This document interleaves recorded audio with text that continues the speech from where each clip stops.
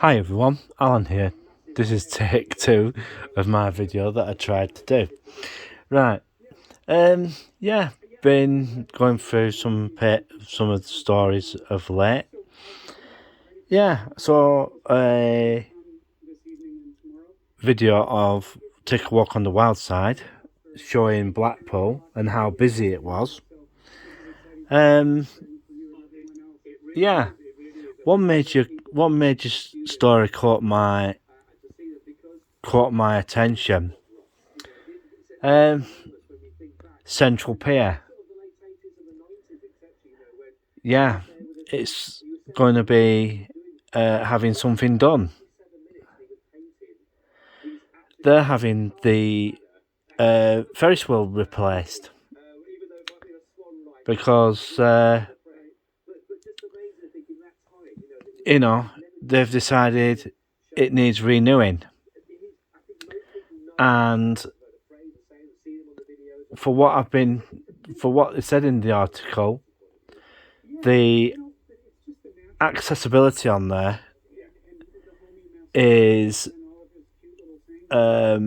something to be desired. You couldn't exactly get a wheelchair on there, and they've decided to replace the Ferris wheel. And I think that they were talking about putting some enclosed gondolas on there, and it's going to have an LED, because I know the one that they've got now has an LED package already on it, but this new one is going to have the latest LED technology on it, and plus the height of it. Yeah, it's going to be absolutely massive.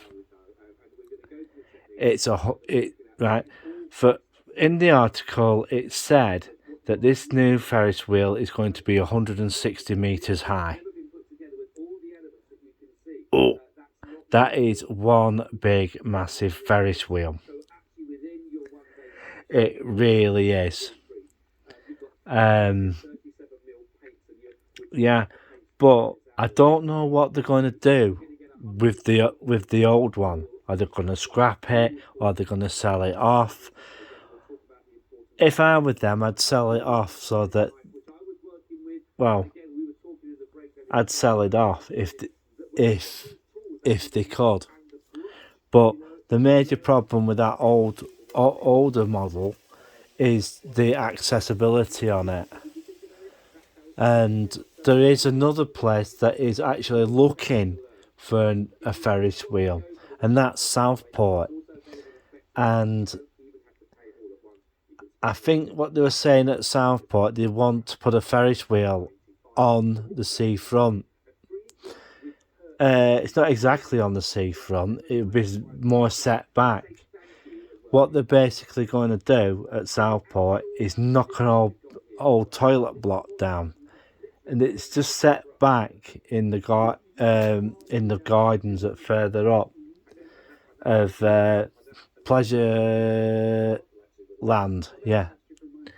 And that would make because they're redoing all the seafront at the side of Pleasureland, all the way down there. There are one or two businesses along there, but they don't seem to do much business until you get further down towards where the bridge is. It goes for the road bridge. Don't know where that road bridge goes to, but it goes across. And that's what they're going to be doing.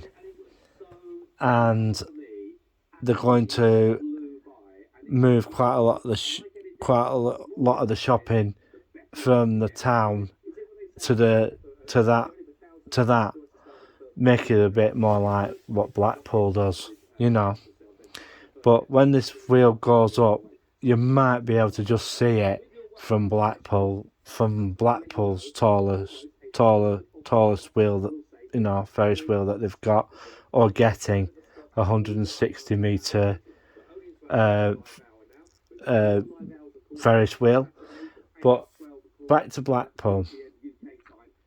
The major thing that they're going to have to do with something like that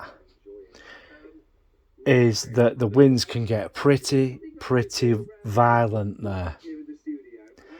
They're going to have to put some reinforcement in.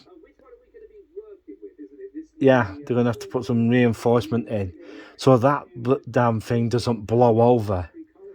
Because 160 metre Ferris wheel on a pier, very. I thought they just got away with the one that they've got, but the winds on that coast can get really vicious, because some of the wind, they've got wind turbines on that coast, and the amount of times they have to go out and do repairs to them due to excessive wind speed, well, it's something to seriously think about. They're going to have to do some major reinforcement work underneath that pier if they're going to put something that big on it, because it'll, with the, some days the wind is going that fast, in some cases it blows people over, and it's one of those things that can be extremely dangerous. I've been on the promenade quite a few times, and I've been hit by flying debris in the wind, and it's not good. It's not good at all. I would seriously consider putting some extra reinforcement under there or on the pier, because if the wind grabs all of that, I would not like to be there. If that thing went over in a high speed wind, it's not good. It's not good. Yeah. So another thing was, I had a look at Take a Walk on the Wild Side's video. I couldn't believe how many people were there. I just couldn't believe it at all. One of the major things that a lot of resorts are coming up with is that people are staycationing, and one of the major reasons why this is, it's to do with the dreaded lurgy, I'm afraid. In some places, right, they stopped using the PCR test. PCR test was quite expensive for a family to let's say there were 4 of you, right? There's that, the amount of money you'd pay for a PCR test and PCR tests and everything, and you've done all that. That's the cost of an holiday itself, So in a lot of cases, you're paying twice, maybe 3 times even. And a lot of people have basically turned around and said, well, sod it, we'll have a staycation instead. And,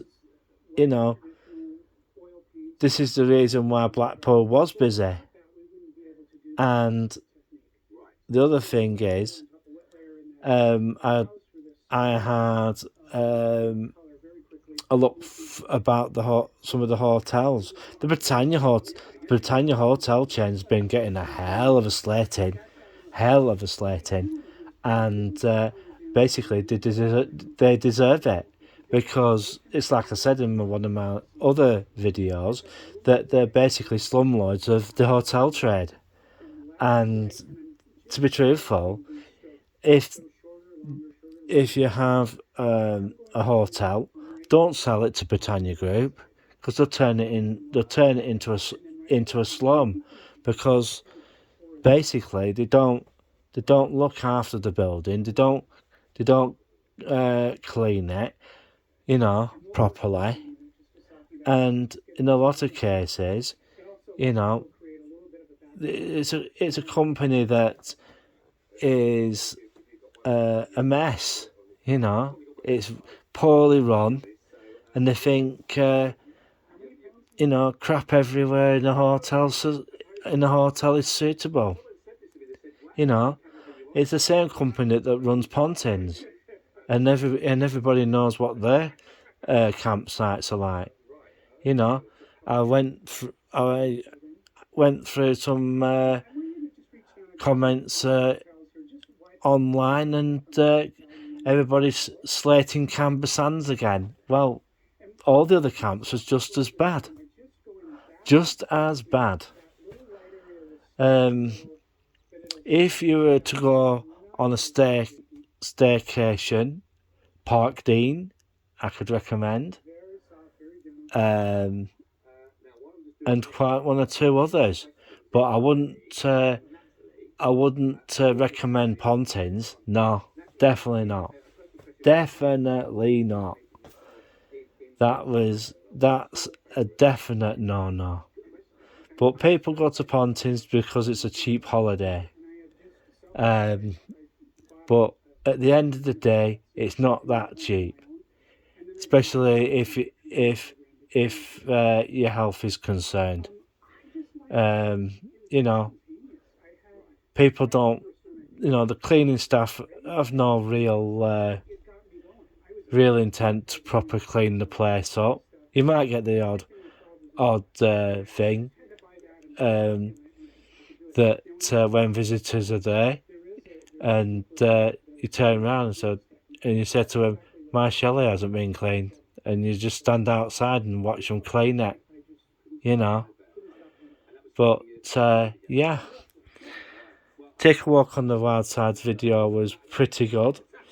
But one of the other things I've been hearing is that the Golden Mile Amusements might be going, because it had got bought by the council.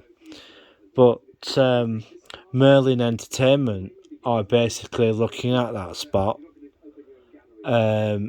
to put another attraction there. What they're going to put there, I don't know. But one of the inklings was that we're going to expand the Sea Life Centre to that part of the promenade, and make it go across the back road, and make it as a part of the new theme parks area.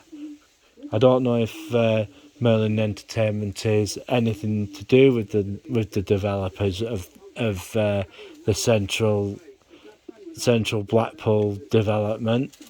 I don't know if they're a partner of it, and it's just one of those things. Big massive shout outs to Take a Walk on the Wild Side, and once again, thank you for doing that video. I really enjoyed it, and I've got the what's it channel on at the moment, the Create and Craft channel on. Yeah, I hope I don't get a DMCA takedown notice. Yeah, and a big massive shout out to Helen's Crowd, Loud and Proud. Also, I'd like to give a big massive shout out to Blackpool and Beyond. I'd like to say a big massive shout out to Leica. A big massive shout out to Old Blackpool Biker. Also, Colin, Building Blackpool Better. Blackpool and Beyond. And everybody who does a blog there. Who else was there? Beyond the Edge. Yeah, quite a lot of vloggers there in the Blackpool area. It's a shame. It's a shame there's not many in Blackburn, because I'm a bit disappointed, and you know, it's just one of those things that I have that you know, the town doesn't get good enough coverage really of things going on. Like, I'm having to like walk round and everything, and I know Blackburn imports, well, a lot of it is basically in a bad state of condition really. And there was also an article, you know, on the town from the Lancashire Evening Telegraph. I'm gonna say it, and I'm gonna say it more forcefully. Are these people writing these articles from Blackburn? Are they from Blackburn? And that's the question I'm asking. Because a lot of the stuff that they print, right? I must admit, yeah, it's interesting.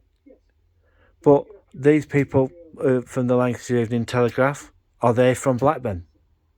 You know? Because I get the picture that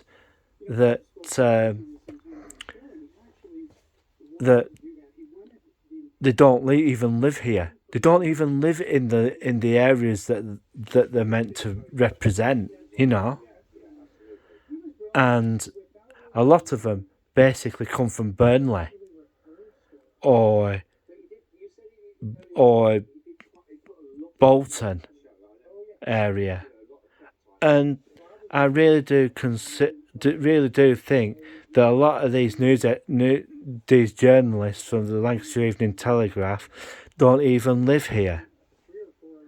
You know, I've never seen any of the Lancashire Evening Telegraph doing interviews on the street of people. You know, what do you think of X, Y, Z? You know, because, like, to be truthful, the time of local papers is basically going by the wayside, because, you know, yeah, it's just one of those things, isn't it? And they put a lot of their articles on the net, but yeah. One of the other major things is that Salford is now ploughing ahead with their building programme, and yeah, the water centre for Trafford, next door to the Trafford Centre, is going up for debate at Trafford City Council, and which is a part of Greater Manchester, and yeah, and Salford is looking at another bunch of redevelopment plans, and I'll most probably trying to find out a bit more about those, and also Blackburn. Find out what's going on in Blackburn in and that. So yeah, it's absolutely freezing outside, and I'm just going to go and have a look, see if Buggerlugs wants to come in, because we'll just have to wait and see. So I'm going to bugger off now, and it's 3, 2, 1, click.